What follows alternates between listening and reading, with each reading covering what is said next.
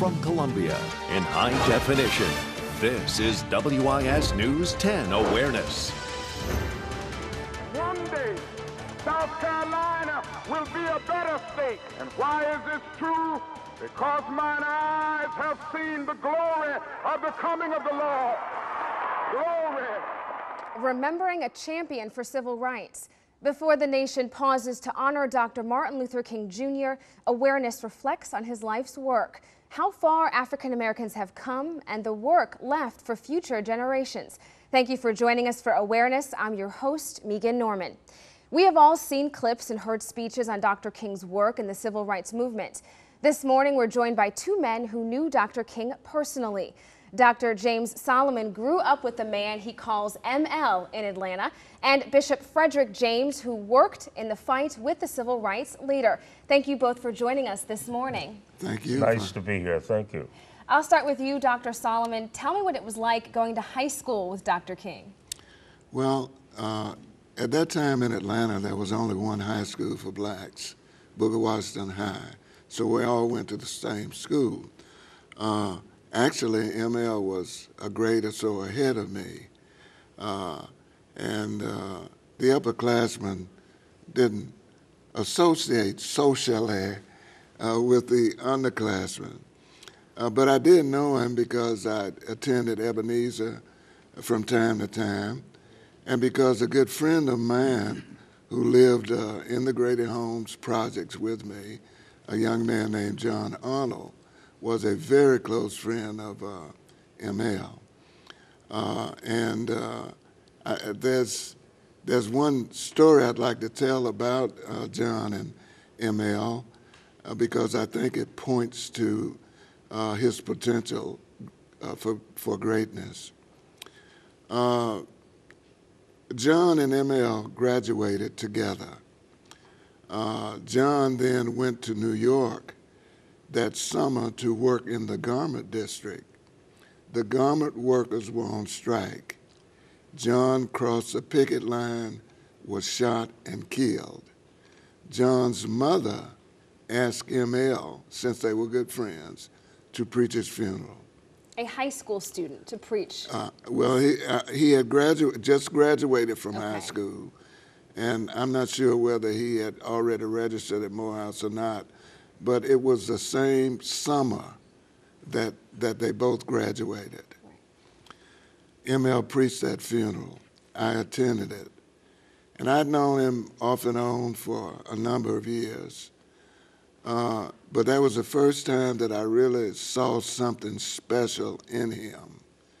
And I remember to this day that the thought that I had was that this guy is something special. He has a vision. He has a already vision. At a young age. And a calling, I think. Right. Yeah. Now, Bishop James, you worked with him during the civil rights movement, and during 1964 in May, you introduced him at a convention, at a conference, and we have a soundbite of your introduction. We come presenting a great civil rights leader. But what's perhaps more important is that he is identified with the average man, the man of the mill, the man of the valley, the man of the hill, the man at the throttle, the man at the plow, the man with the fruit of his toil on his brow. We present to you at this time a great leader, Martin Luther King. Let us be. After listening to the glowing words. And then you hear Dr. King continue on and thank his good friend, Bishop James. Fred James, I believe is what he says. Now, in your remarks, you talk about how Dr. King aligns himself with the average man. What did you mean by that? The Average Man is a favorite poem of mine, and I tend to use it from time to time. With Martin Luther King Jr., his concern was relating his faith to practice and to what he considered to be God's will for his people on earth as well as heaven. Mm-hmm. And that really was the tie that bound us together. I graduated from Howard Junior High School, Howard University in Washington, the School of Religion, and that institution introduced a system of relationship between preaching and practice called social ethics. Sure. And Martin Luther King Jr. was fascinated with that development, although his experiences at Colgate Rochester and his experiences at Boston caused us to have much conversation. Right, and Bishop James and Dr. Solomon, both of you agreed that Dr. King was a man of vision, but maybe not in the singular form, but visions. He had multiple goals that he was trying to achieve. Yes. Yes. For example, what were some of them? He always looked beyond what was happening.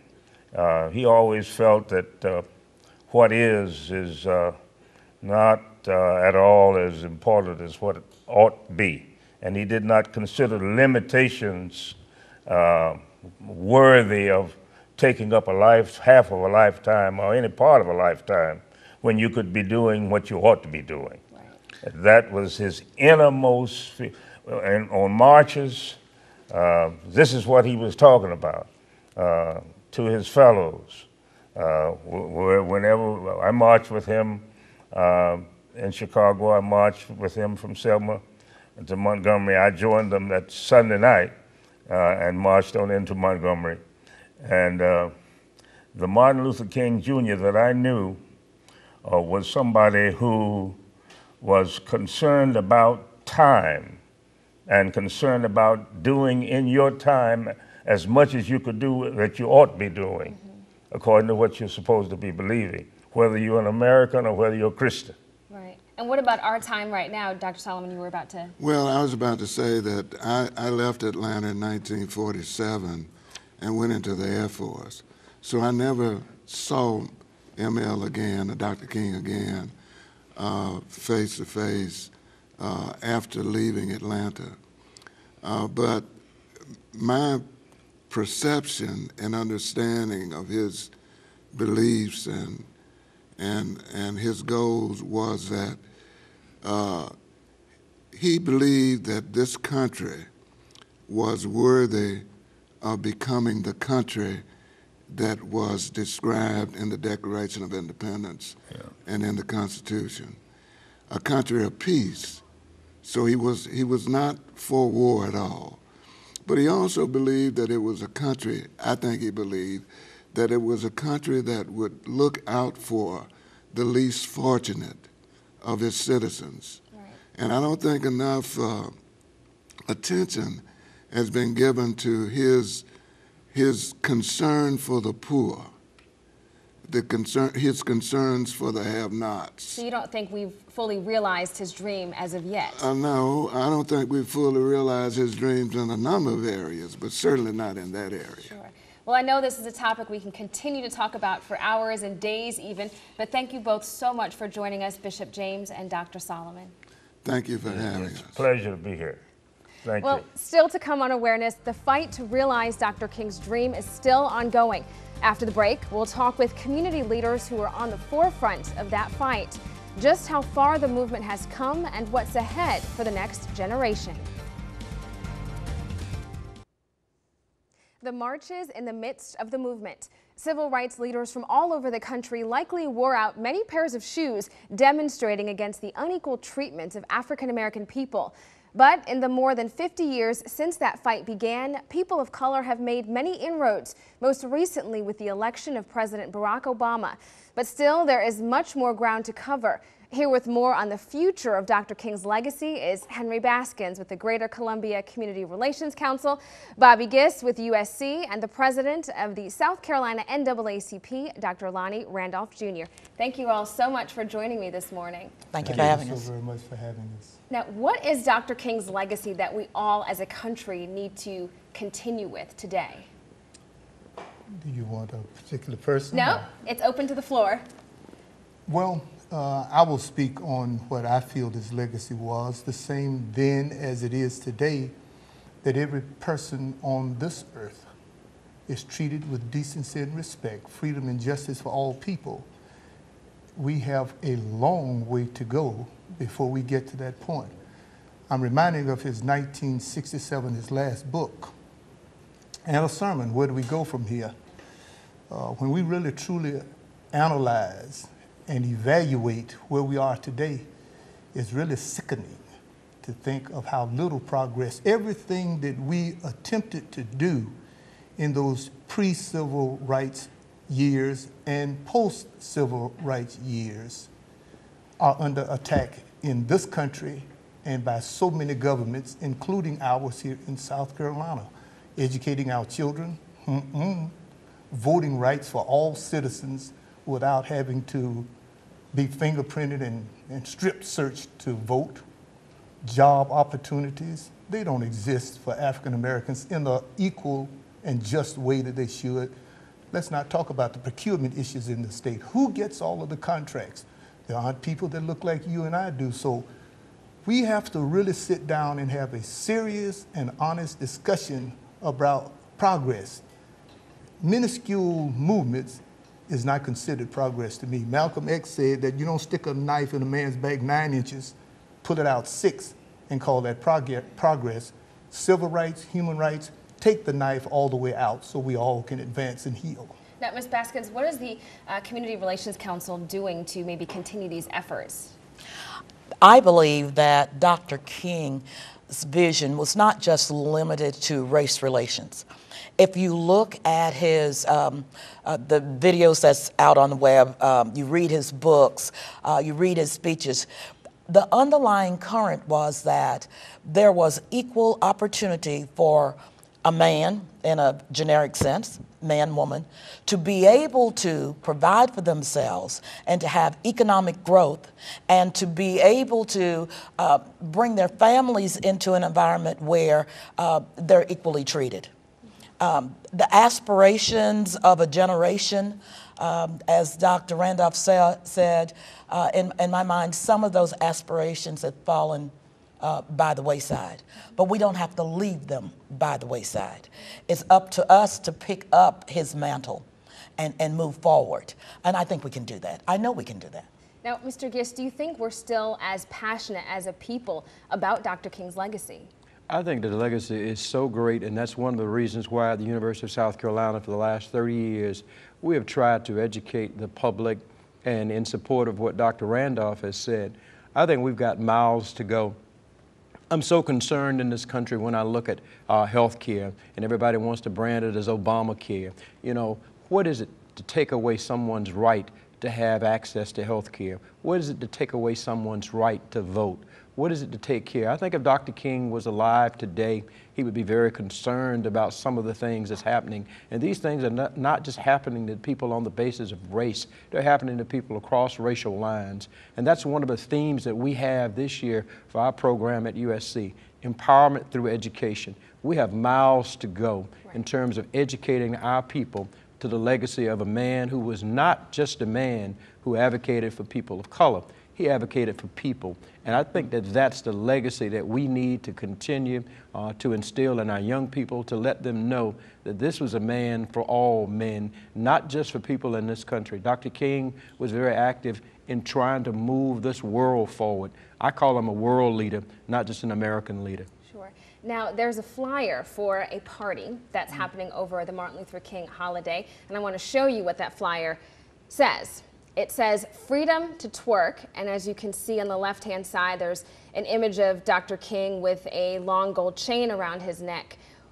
What kind of image is this portraying, and is this progress? I think that it's absolutely, and to me it's rather insulting. They're promoting some type of an event, a rap event. I don't have any problems with people doing rap music, but I think that we've got a long way to go in terms of just educating our people what Dr. King's legacy was all about. It was not about taking someone and putting in a rapper's uniform and putting a picture of Dr. King. I'm rather insulted that this would be something that someone would put out advocating an event, a rap show. Right. And Dr. Randolph, you talked a little bit about sometimes getting in your own way. Do you think that with this flyer that it's doing more harm?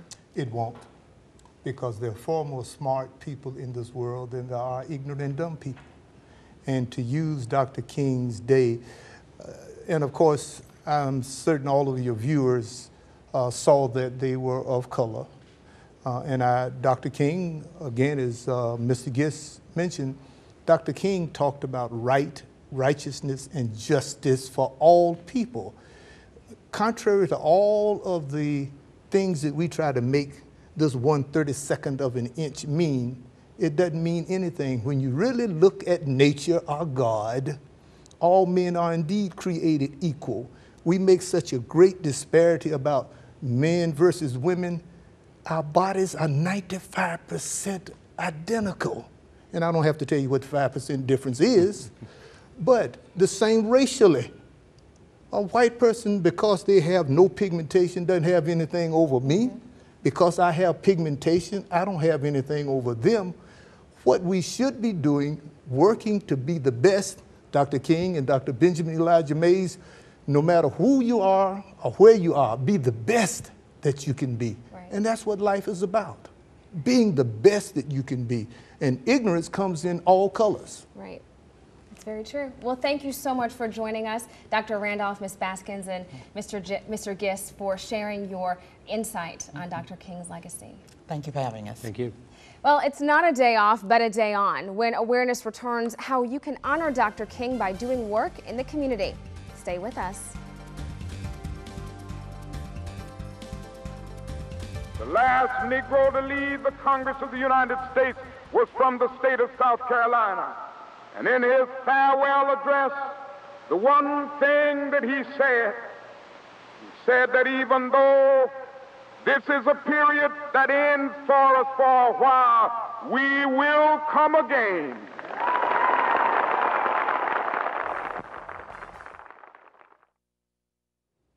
Tomorrow, people around the country will not be punching the clock in observance of the King holiday. Instead of taking a day off, many will use the day to serve others. It's also the day when hundreds will march in memory of Dr. King for the big King Day at the Dome celebration. Back with more on both big events are Bobby Gist and Dr. Lonnie Randolph. Thanks for coming back with us. Thank you. I'll start with you with USC. So tonight is Gospel Fest. Tonight is Gospel Fest, and it'll be at the Coger Center featuring the award-winning gospel artists, the Gospel Legends. The Gospel Legends are a stellar award-winning group. They're performed in Nashville last night, and we're so proud to have them performing at the Coger Center this coming tonight. And I think that it's so important for us to understand that Dr. King was a man of faith, and this is an opportunity for us to reach out to the community. And we're very proud of what the university and the community has been able to do in support of this Gospel Fest. It gets underway at 6 o'clock, and it features a lot of local groups, the John Works Course, the 2nd Calvary Baptist Church Course, and of course the Booker T. Washington John W. Works Course. They're an outstanding group. So this is our way of reaching out into the community and saying to the community what we want to do in South Carolina to bring all people together. And it's not just 1, but 2 days of service. 2 days of service. Our day of service will start on tomorrow and will extend until Friday.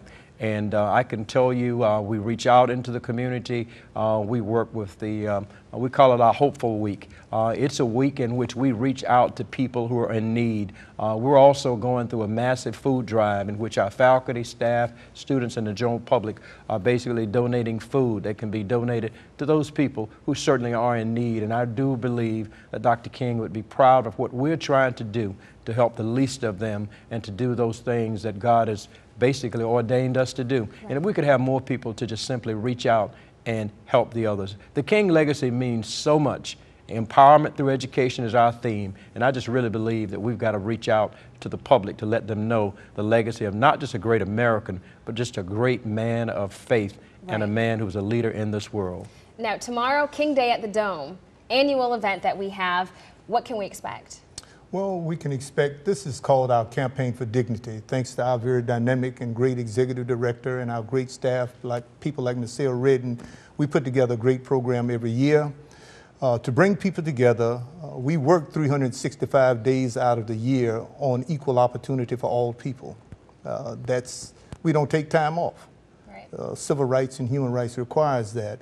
But in honor and recognition of Dr. King's birthday, and again, sadly, South Carolina was the last state to recognize this date. I think it's worth mentioning that.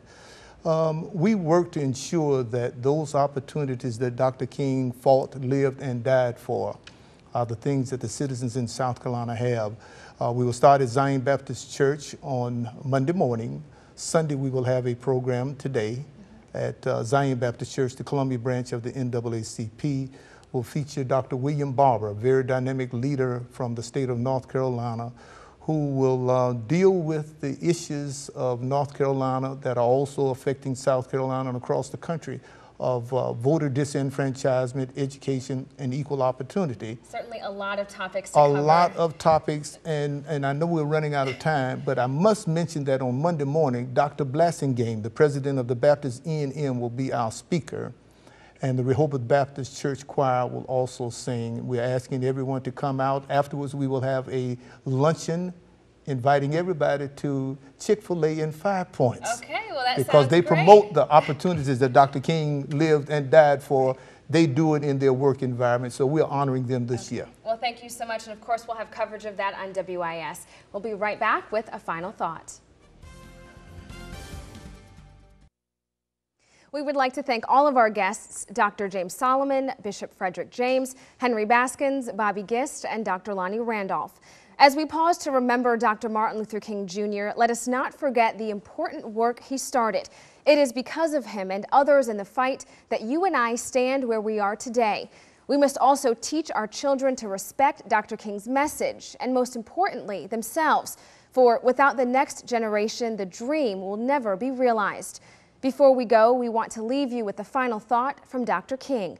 Until next time, I'm Megan Norman. This is Awareness. When we let it ring from every village and every hamlet, from every state and every city, we will be able to speed up that day when all of God's children, black men and white men, Jews and Gentiles, Protestants and Catholics, will be able to join hands and sing in the words of the old Negro spiritual, free at last, thank God Almighty, we are free at last.